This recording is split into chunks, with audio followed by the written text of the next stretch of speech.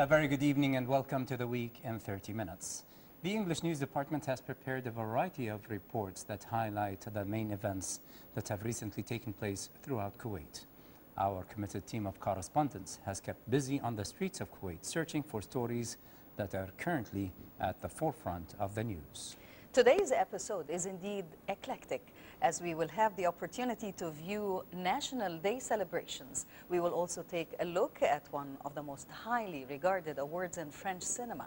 Another report will take us to the artistic arena, followed by another story addressing the current trade relations between Djibouti and Kuwait. A lot more is coming your way.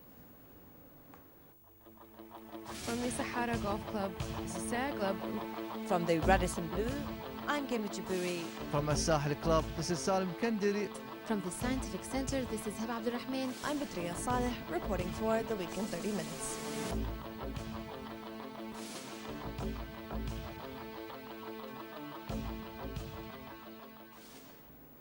Our first report today comes from correspondent Salim Al-Kandiri, who attended a conference entitled The Need for GCC Governance Code. The conference took place over the span of 3 days in partnership between the Arab Planning Institute, API, Kuwait's Foundation for the Advancement of Science, KFAS, and SCORE Consultancy, GCC economic advisors for the public and the private sectors. The conference was under the patronage of His Highness the Prime Minister, Sheikh Jaber Mubarak Al-Hamid Al-Sabah. The conference discusses structures and standards of governance in the GCC. It reviews governance regulations and evaluates their effectiveness. It also touches upon the lack of transparency and information related to investments. Under the patronage of His Highness the Prime Minister of Kuwait, Sheikh Jaber Mubarak Al-Hamid Al-Sabah, the GCC Governance Conference took place over 3 days. In his opening speech, the Prime Minister's deputy to the conference, Hawali Governor, retired Lieutenant General Sheikh Ahmed Nawaf Al-Sabah, said that of the major challenges facing Kuwait is the extent of adaptation between economic legislations and the business environment. On her part, former Minister of Commerce and Industry and the chairman of the conference organizing committee, Her Excellency Dr. Amani Borisli, said that the conference was seeking ways to raise the efficiency of markets and investing attractiveness, as well as studying successful international experiences in this domain. The whole reason for this big event is to discuss a major topic which is now applied in the GCC region, how to apply the corporate governance code. Most of the companies in the region are facing difficulties with applying this code, and probably the main reason for this challenge is that most of these codes are tailored for the advanced or developed countries. The nature of the ownership in the GCC is different.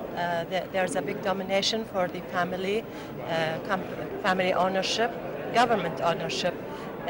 Definitely those codes which were designed for corporate or big public ownership will not be suitable for family ownership. So the whole reason for this event is to discuss how to develop, how to tailor those codes for the GCC environment and ownership, as well as the regulation system in the country.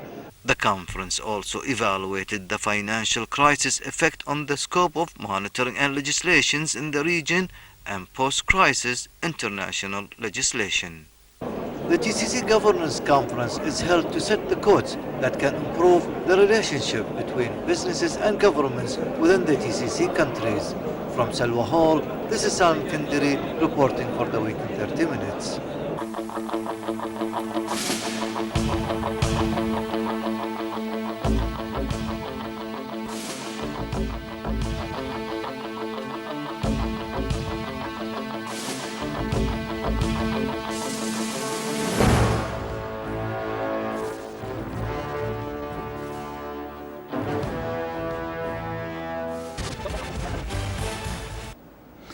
Our next report comes from correspondent Ghanwa Jabouri and will take us to the residency of the Austrian ambassador to Kuwait, His Excellency Mr. Ulrich Frank.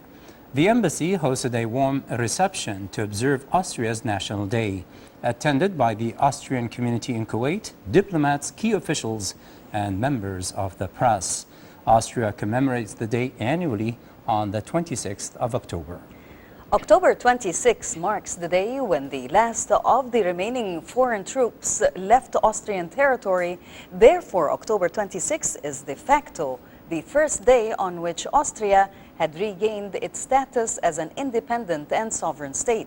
Since Austria's neutrality was the condition upon which the Soviet Union had agreed to the signing of the State Treaty, the Austrian parliament also chose this very special day to pass the law on permanent neutrality, highlighting the fact that it represented a unilateral and independent decision. Every year on October 26, Austrians celebrate their country's declaration of permanent neutrality after World War II and its regained status as an independent and sovereign nation on October 26, 1955. The day is an extremely special one that holds deep connotations to the Austrian community. Furthermore, a very different tradition on National Day are the fitness marches. These are hikes that are organized throughout the country and attract around 100,000 people each year. The aim is to promote fitness and raise awareness of a healthy lifestyle.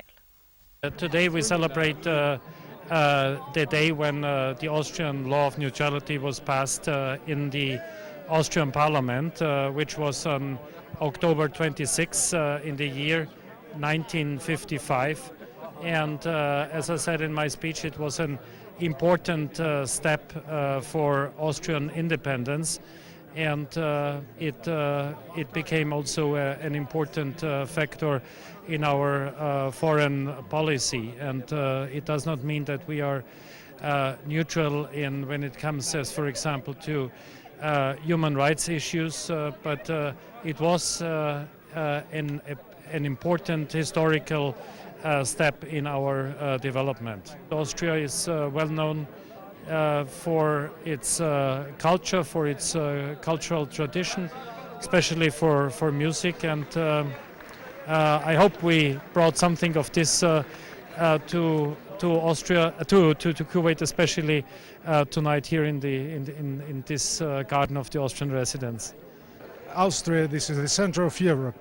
For example, for Ukraine, because we have a lot of relatives and other contacts with Austria. As you know, in Pharma Empire, we were also part of Austria, so it's some kind of brotherhood relation with our country, and I, using this opportunity, once more congratulate my colleague and my Austrian, all Austrian nation with this day. The Austrian ambassador to Kuwait, His Excellency Ulrich Frank, held an extremely warm and special reception at his residence to embrace the day with the Austrian community and to also share the joy and pride of Austria's National Day with the local community, including diplomats. It's always a great opportunity to celebrate, to enjoy the national days of various countries, and I belong to United Nations, and United Nations is representative of all the member states, So it's always a pleasure. It's a lovely evening, a lot of great guests here, lovely friends, a great environment. But more importantly, many things to enjoy, to celebrate the speeches, the music, the food. And as I said, Austria is one of those countries which is doing a lot in terms of providing support to the countries in trouble, especially in the context of development in Africa, in Asia. And as I said, it's a pleasure to be here. Austria itself is a small country, and just like Kuwait, but they have big hearts, and they have wonderful culture, I'm sure the symphonies and the orchestras and the music, it's lovely, I mean, Vienna is one of my favorite city in any case. So as I said, yes, a small country, but so much to offer, very generous, very supportive, very friendly, and he's a great friend of mine. But as I said, I'm glad that I'm here, to join all of you to celebrate. Austria is indeed a beautiful country that has a lot to offer, but even more, the Austrian society is known to be one of extreme modesty, have a rich culture and admirable traditions. The celebration at the home of the Austrian ambassador indeed spoke volumes about the warmth and generosity that the Austrian people possess.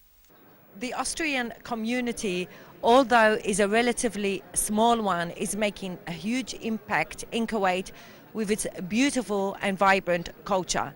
From the residency of the Austrian ambassador, I'm Genra Jaburi reporting to you for the week in 30 minutes. From the Sahara Golf Club, this is Sarah Club. From the Radisson Blue, I'm Genra Jaburi. From Al-Sahel Club, this is Salim Kandiri. From the Scientific Center, this is Hiba Abdurrahman. I'm Badriya Saleh, reporting for the week in 30 minutes.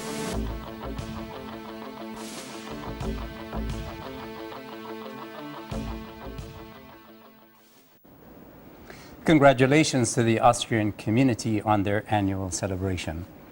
Our next report comes from correspondent Sarah Glub and addresses a health-related issue. The Dasman Diabetes Institute, DDI, an affiliate of Kuwait's Foundation for the Advancement of Science, hosted the first Kuwait-German Diabetes Conference. The conference was attended by diabetes doctors, practitioners, specialists and students with the aim of learning from the experiences of their German counterparts.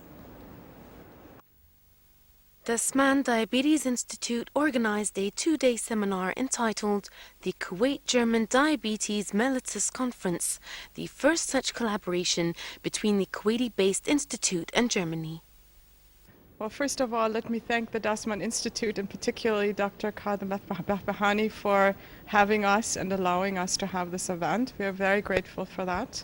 I know, as everyone knows, that diabetes is a big problem in Kuwait and it affects a great number of Kuwaitis.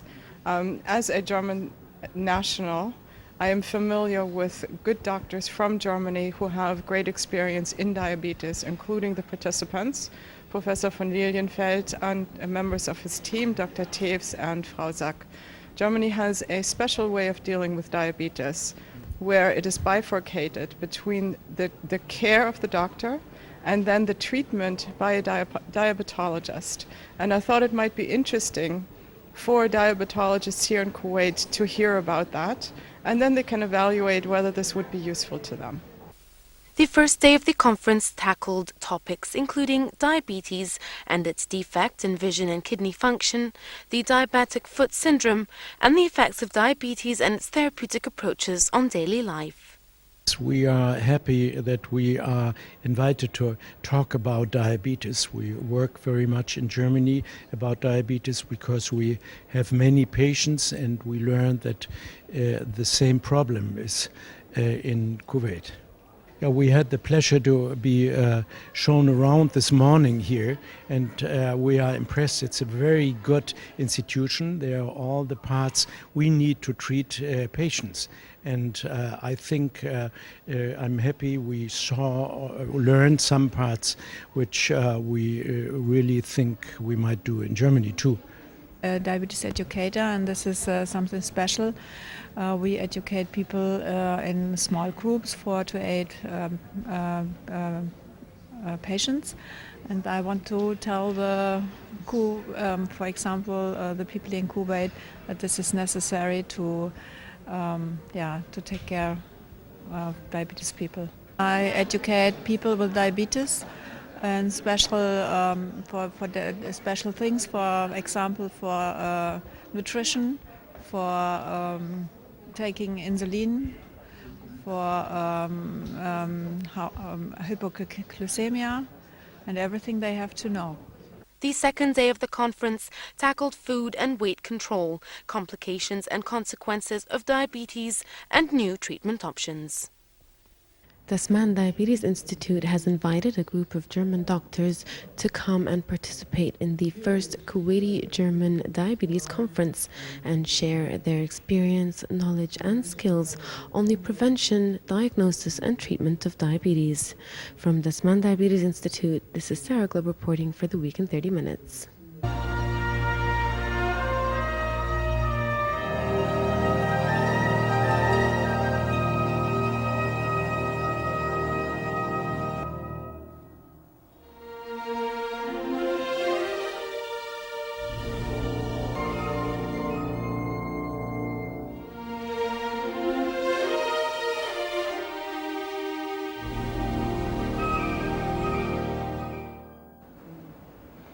Our next report comes from the artistic arena, specifically the colorful and vibrant field of graffiti art. Cosmo Group recently hosted the grand opening of the Middle East's first ever official graffiti park. Cosmo Spray Box, located in Shah Park, will host monthly events offering a space for all artists to gather and freely share their talents with the local community. Correspondent Badriya Saleh has more in the following report. Cosmo Group recently hosted the grand opening of Cosmo Spray Box, the Middle East's first ever official graffiti park, located right here in Kuwait. The event was attended by hundreds of people gathered to appreciate the multiple displays of art, as well as reflect on the changing shift of the graffiti culture. Myself and my partner Master, we work with Cosmo. We're the marketing and the design team for them. And we really wanted to do something for the, I guess you would call it the underground of Kuwait, graffiti artists, b-boys, and even parkour athletes. So we got together, all three of us, and we designed Cosmo Spray Box, and we invited about 30 artists, and we've all been working on this for about a week. We saw so much talent in Kuwait that we want to expose it. And instead of having kids walking around in the malls all the time, destroying things, causing trouble and all that stuff, what we want to do is grab that energy and actually have them create something amazing out of it. We see a lot of talent in Kuwait, and it's beyond amazing. And right now, what Tim and I are actually doing is exposing it as much as possible, just to show all Kuwait like what we can actually do. Since its explosion onto city walls and subway cars in the 1970s, the increasing popularity of graffiti as an art form is winning commercial success for its artists and a regular presence in pop culture, as well as the contemporary art world. Once immediately whitewashed by authorities, today auctioneers and collectors dish out thousands of dollars for graffiti-style pieces. Street art, when people spray paint it on buildings, they try to portray a political message. But what we're trying to do is beautify Kuwait as much as possible. So what happened after getting in trouble the first couple of times, I realized the best way to do it is to ask permission. So it's becoming legal now. So that's the best thing about it. So by asking permission and getting that permission from people to actually do it and starting to go commercial with it and working on walls, it's starting to motivate the younger generation to actually start implementing their designs on walls in a good way without offending anybody. Like before, they would think it's like vandalism and you're ruining public property and all that, but now slowly like people are trying to make it more official and to keep it, and since people are starting to appreciate it more, not a lot of people are going and like, you know, like painting all over them and stuff, like people are starting to more admire them more. Graffiti is considered one of the four elements of hip-hop, along with MCing, DJing, and b-boying. These were the four major forms of creative expression that came from the Bronx in New York and spread to the rest of the world. Cosmo Spray Box intends to hold monthly events such as this one in order to provide a platform for this culture to grow here in Kuwait. At the Shah Park, I'm Badriya Saleh reporting for The Week in 30 Minutes.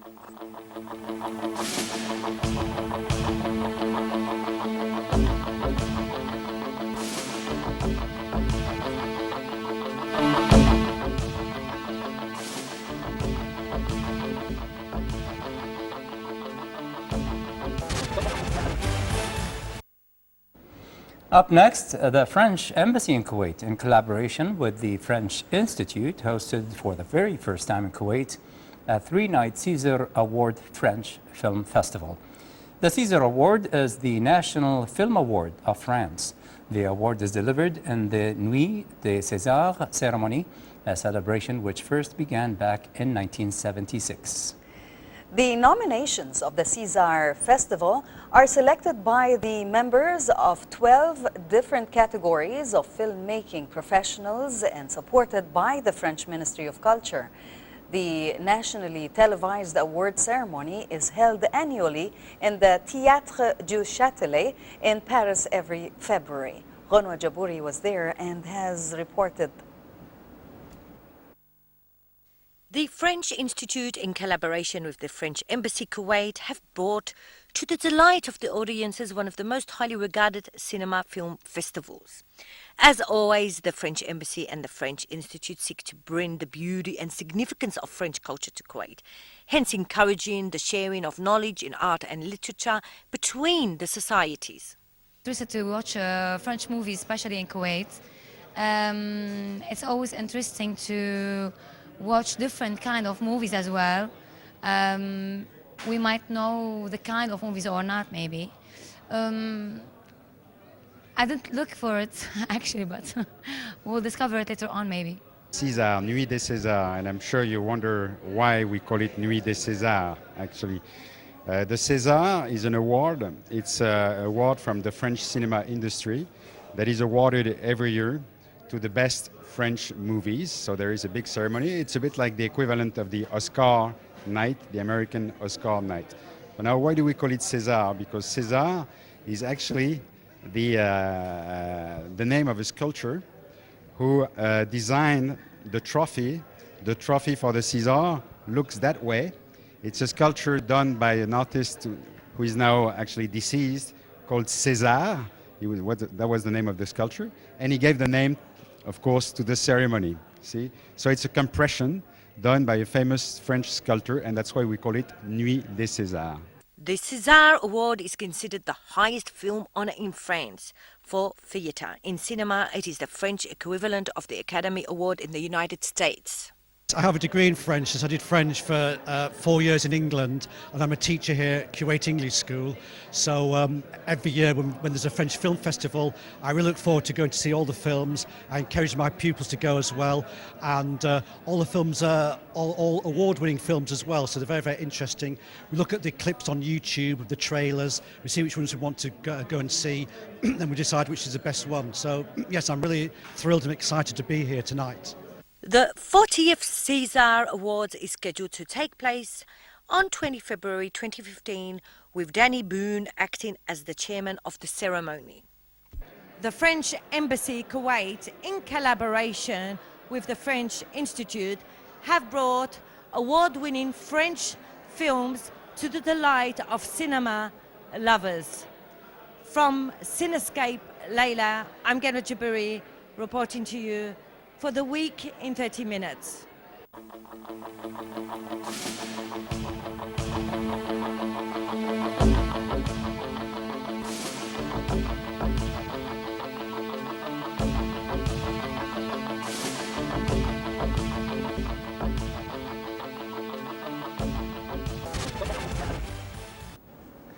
In our next report, the visiting Djiboutian economic delegation attended a meeting at Kuwait Chamber of Commerce and Industry to discuss the expanding economic and trade relations between the two friendly countries. The investment meeting is one of multiple initiatives acting on His Highness the Emir Sheikh Sabah Al Ahmed Al Jaber Al Sabah directives.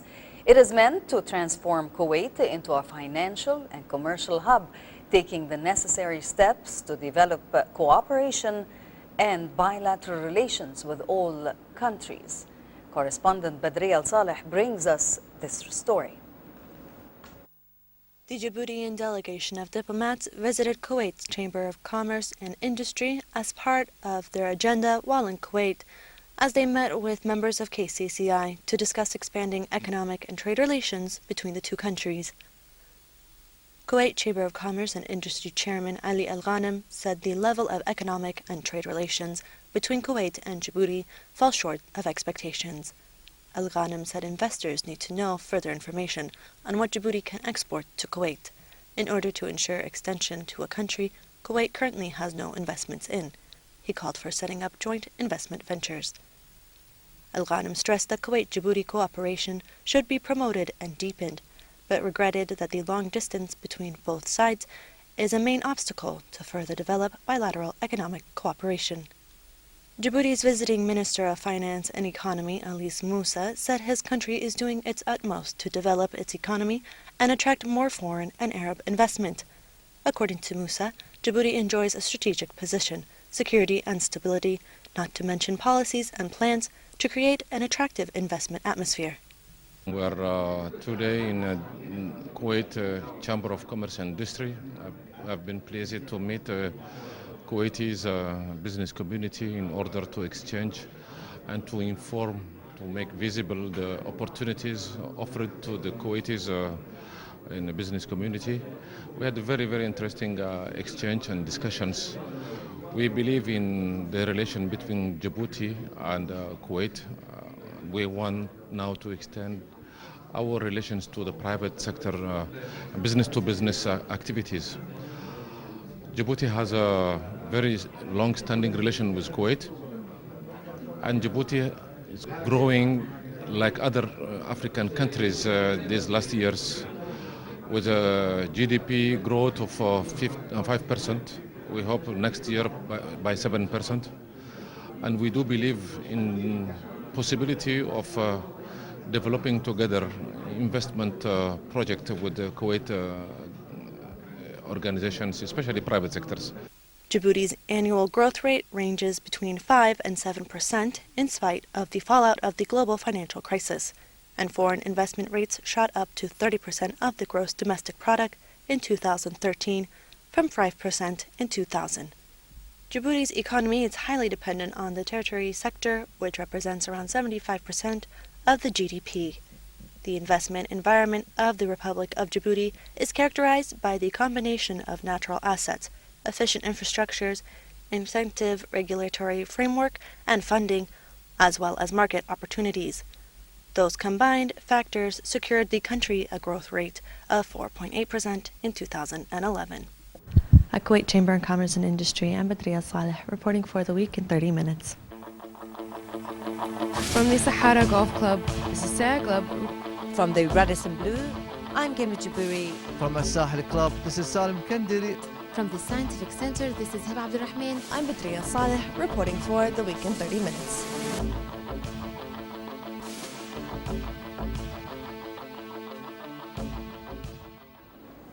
In our final story this evening, under the patronage of the National Council for Culture, Arts and Letters, or NCCAL, the artistic exhibition titled Iraqi Varieties was inaugurated with the attendance of a large enthusiastic following, including state officials and local diplomats. Many Iraqi artists from different geographical regions of Iraq participated in the exhibition. They represented diverse schools of arts such as surrealism and figurative realism, depicting the natural environment and social development of Iraq. Correspondent Hiba Abdurrahman was there and has this report. The National Council for Culture, Arts and Letters recently inaugurated an artistic exhibition which extended for over a week, showcasing trends in plastic art depicting the natural environment and social development of the various regions of Iraq. The Secretary General of the National Council for Culture, Arts and Letters, Ali Al-Yuha, said that the exhibition, which was held under the auspices of the Minister of Information and Minister of State for Youth Affairs, Sheikh Salman Subah Salim Mahmoud Subah, aims to familiarize the public with the Kuwaiti trends and schools of Iraq. It's a beautiful exhibition, very colorful and cheerful paintings in its majority. I like them very much, and as ambassador of Germany, it's also an opportunity to honor the good relationship which we see today between Iraq and the State of Kuwait, and art is a wonderful expression of it. These cheerful paintings transport a kind of happiness we need in these days. Well, this is the good example of the close relation between two countries. I heard that these days, thanks to the initiative by His Highness Amir, the two countries are getting closer. So I think this is the good example between the people-to-people exchange among the two countries and from the grassroots. The exhibition includes works by artists from different schools of fine surrealism and figurative realism, and who have made works depicting the natural environment and social development in different regions of Iraq. Al-Yuha said that he wishes that this exhibition would give the opportunity to take place once again with the Iraqi artists and their Kuwaiti counterparts, and more exhibitions and artistic exchanges between the two countries. Very, very delighted to be here. My colleague told me this exhibition from Iraq artist, being a diplomat, Chinese diplomat, and also the ambassador to Kuwait. I am really very happy to know the Iraqi artist and has exhibition here. And I believe this is the good things. And this is a very good opportunity for Kuwaiti people, for Kuwaiti diplomatic corps to see the exhibition. For his part, head of the delegation of the fine Iraqi artist, Ahmed Safar, expressed his happiness to set up a similar exhibition in Kuwait, noting that culture and the arts which bridge spanning between the sister countries, as the exhibition includes a variety of works to inform the public of Kuwait by Iraqi plastic art. The exhibition is considered a unique experience of its kind because it includes artists from all over Iraq representing a different and diverse geographic regions, as well as it confirms that there is no limit to the art, as art is a message of humanity and human culture, combines human and contribute to its development. Arts are one of the most important fields that can help in strengthening and bolstering relations between countries. That's why we believe that this exhibition is a great opportunity to do the same between Kuwait and Iraq. From Ahmed Al-Udwani Hall in Abdullah Salim area, this is Hiba Abdurrahman reporting for the Week in 30 Minutes.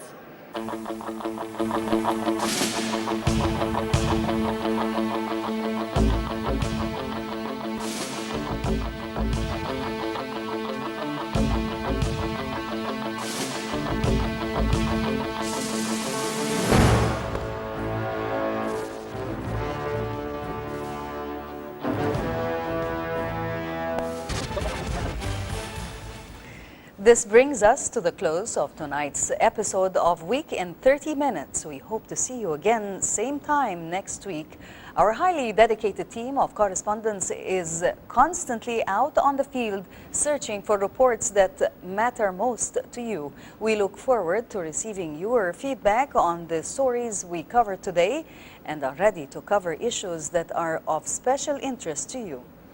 Many thanks to all our correspondents. Please email us your suggestions at moikuwaitnews@gmail.com.